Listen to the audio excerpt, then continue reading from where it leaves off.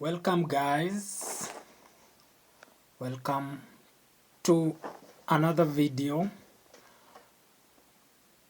of us getting educated together, and today's topic might be a bit controversial, but who's gonna talk about it if we don't, right? So let's address the elephant in the room. Okay guys, so China is everywhere, and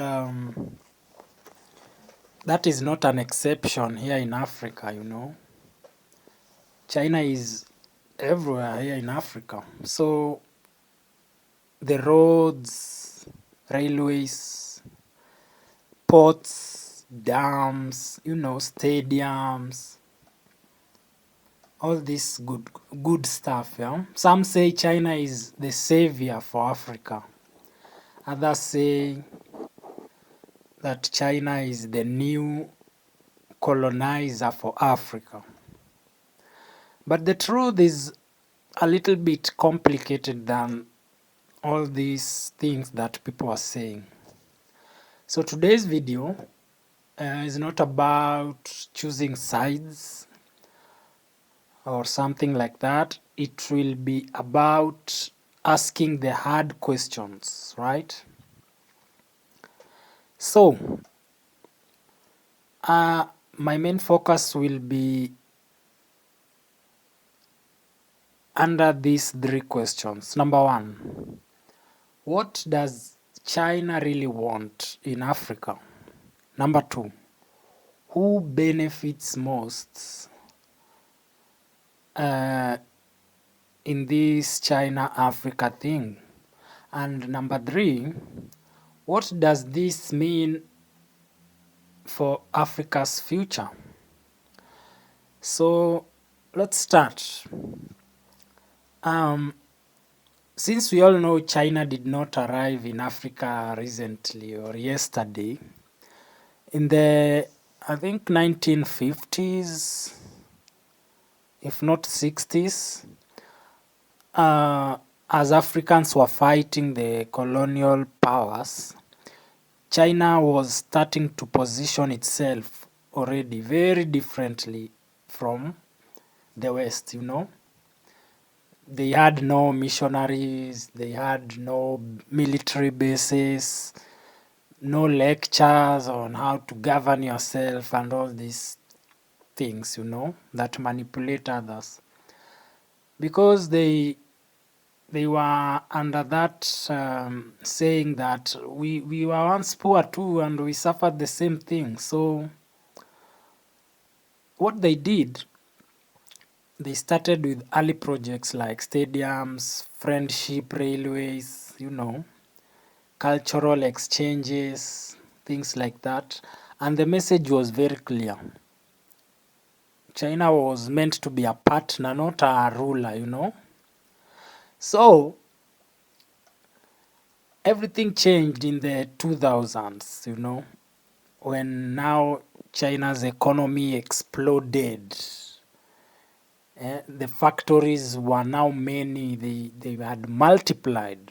The demand for raw materials was through the roof, So Africa had what China needed.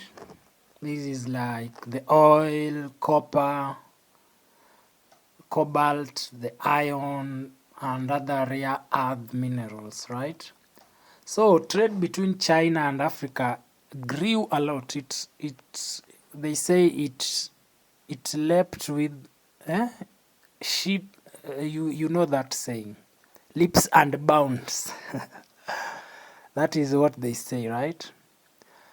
So it grew a lot. The trade between Chinese and African countries grew a lot because China did not only buy these resources, but it also built infrastructure to transport them, and also extract them from the ground. So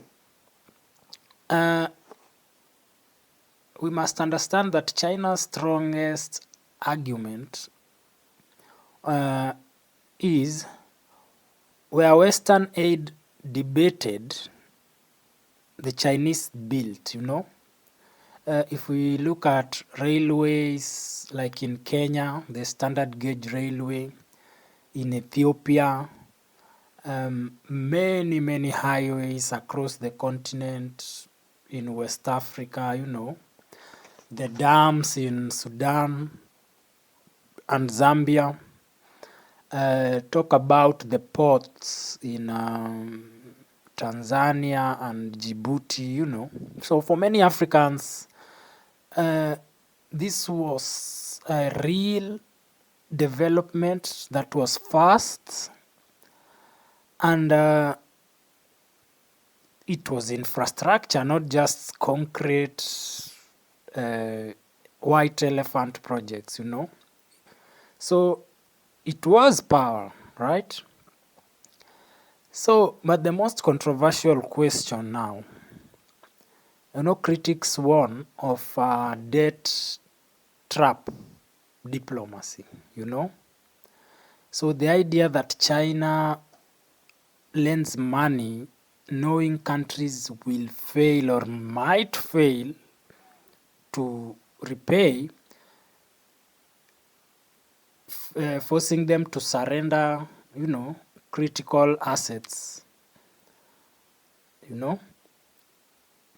This idea is kind of people are talking about it.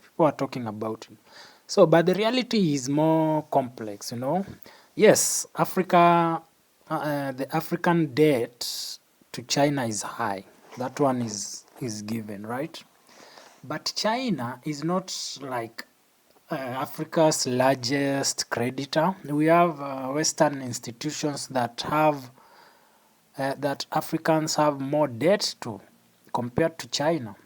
However, these Chinese loans, they are like, less transparent. They are negotiated by governments and government to government, and they are often backed by real resources, It's not like maybe how the IMF will give you a loan and then you will repay it using your GDP or how your economy performs. No, these loans are often like they have collateral which is real, like maybe mines or resources like that, So debt itself is not the problem, but how it's used is the main problem,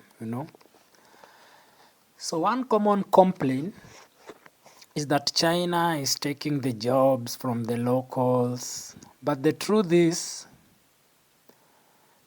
early projects relied heavily on Chinese labor, but over the time,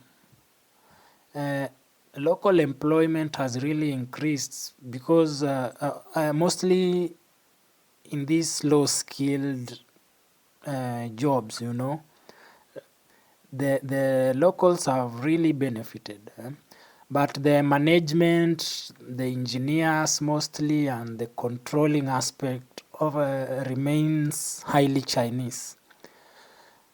This has created a lot of resentment, not because Africans don't want these partnerships, but because they want the skills transfer so that they stop depending on these Chinese engineers and all these skilled guys,